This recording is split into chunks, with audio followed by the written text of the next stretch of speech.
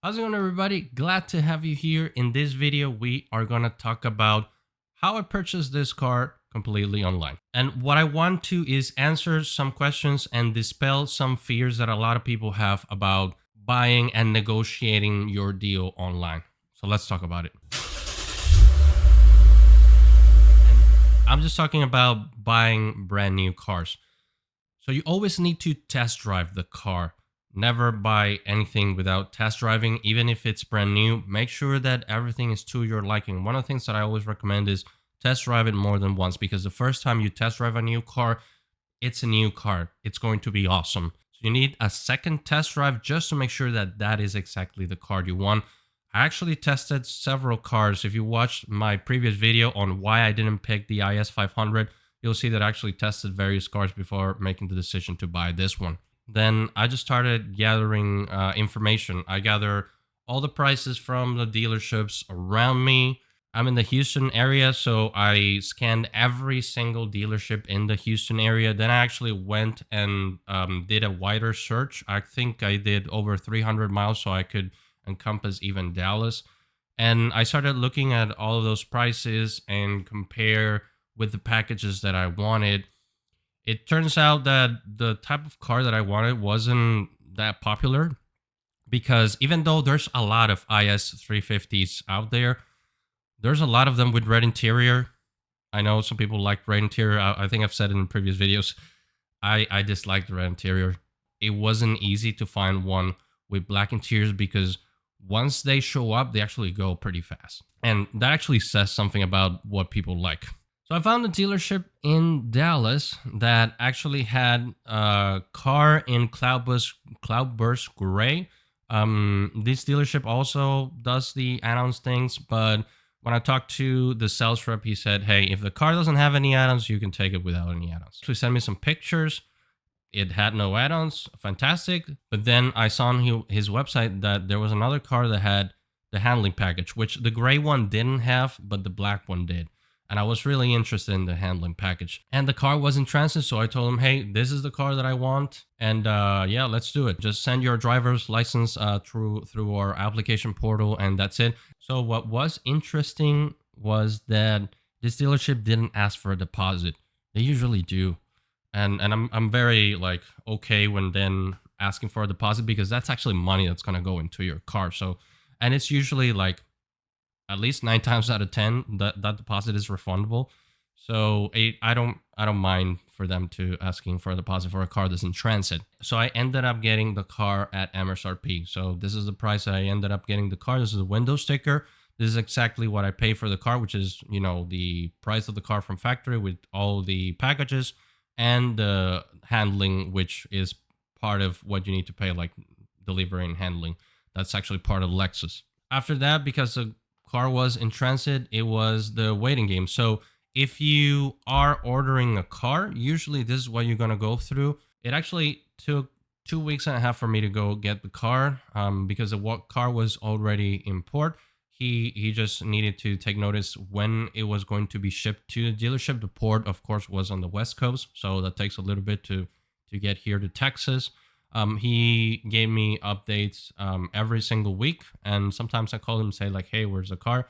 Everything was smooth. Once the car was close to getting there, so once it arrived from the port into like the Texas distribution center, then we started actually doing all the paperwork, where I sent him my application for my credit application.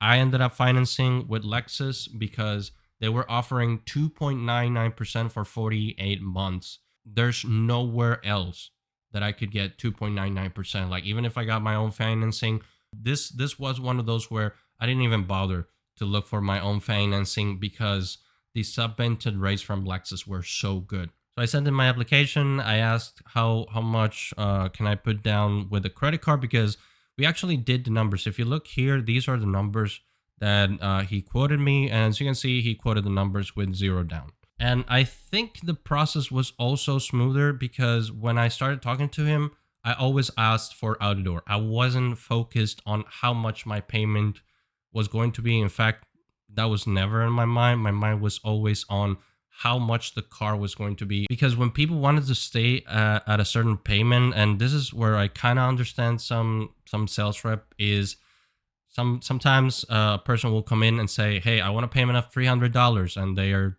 looking at a $80,000 car. So that's never going to happen. This is why I tell everybody, like, there's no reason for you to ask for payments when you're at the dealership. If you are interested in financing your car, which most of us are, just go online. I have a video right here on how to do just that. Just go to one of those payment calculators. It's pretty easy. That way, you know how much you can expect for a specific price of the car. The other thing he did was he sent me all the F&I stuff, which is usually not common. Usually, even if you're buying online, after you've done all the buying process and you go pick up the car, you're probably going to get a talk with the finance manager to sell you the products.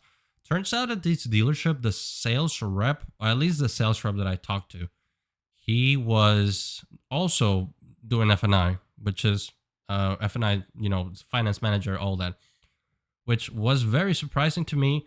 And it was something that I find was very cool. I wish more dealerships could do this, because one of the things that I dread when I'm having to pick up a car is that you've already made contact with this person. You've probably have a cordial relationship with this sales rep. And then you go to F&I, which is somebody that you never talked to, somebody that you never spoken to. And this F&I person is going to start selling you all these products. So I went to Dallas. I visited my dad. My dad lives up there. And then we went to pick up the car. The process was very seamless. It did take a little bit of time. I think this has to do with the way that just dealerships do things. So the putting the money down, then signing all those papers, it took like 30 minutes. So it wasn't your average dealer visit where you actually spent all day, because I've been there. Back when I didn't know how to buy cars online, I used to spend like almost 4 hours at the dealership just to do this process. This time was just 30 minutes, which I was expecting it would be less, but 30 minutes when it comes to buying a car is actually pretty fast. So I signed all the papers. He did mention, hey, do you want, these are the benefits for the F&I products. Like I said, I wasn't interested in any of the F&I products. So I told him, hey, thank you, but nope. And he wasn't pushy. He was just like, hey, here are the products. Do you want them? No? Okay, cool. Let's move on.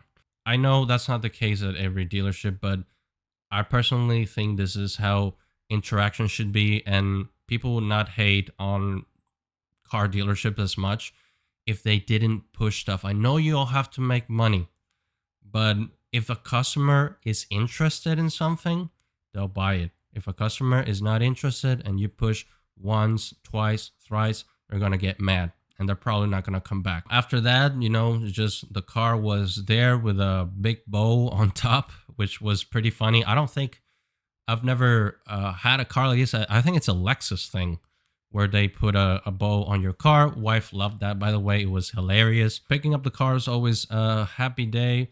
Everything was cool, and that was it. We drove away. It was that easy. I personally recommend, if you are in the Texas area or if you're in the Dallas area, to go and get your Lexus from Sewell from Dallas Fort Worth. Sewell Lexus from Dallas Fort Worth. They're here on the screen. I want to leave a link in the description for their website. And if you want to know the name of my sales rep, his name is Sean. I had a great time with him. I think the process was very smooth, very seamless. I highly recommend him if you're going to go purchase a Lexus. He mentioned that he does out-of-state deals too, if you want to do that. I'm not sponsored, by the way, but if you actually go and talk to Sean, just mention that you watched this video. It'll probably be a very fun interaction. As you saw in this whole video, very easy. There wasn't any like hardcore negotiation, and there wasn't any being at the dealership for 4 hours. If you want to get the same experience that I did, maybe talk to Sean and also do it online. There is no reason. I've seen so many videos, people telling, okay, this is the strategy when you approach the dealership. Don't do that. It's 2024. They've already went through COVID. Every dealership has the means to do everything online. If you like the tips, then subscribe, leave me a comment, leave me a like. That really helps out the channel. And I'll see you in the next one.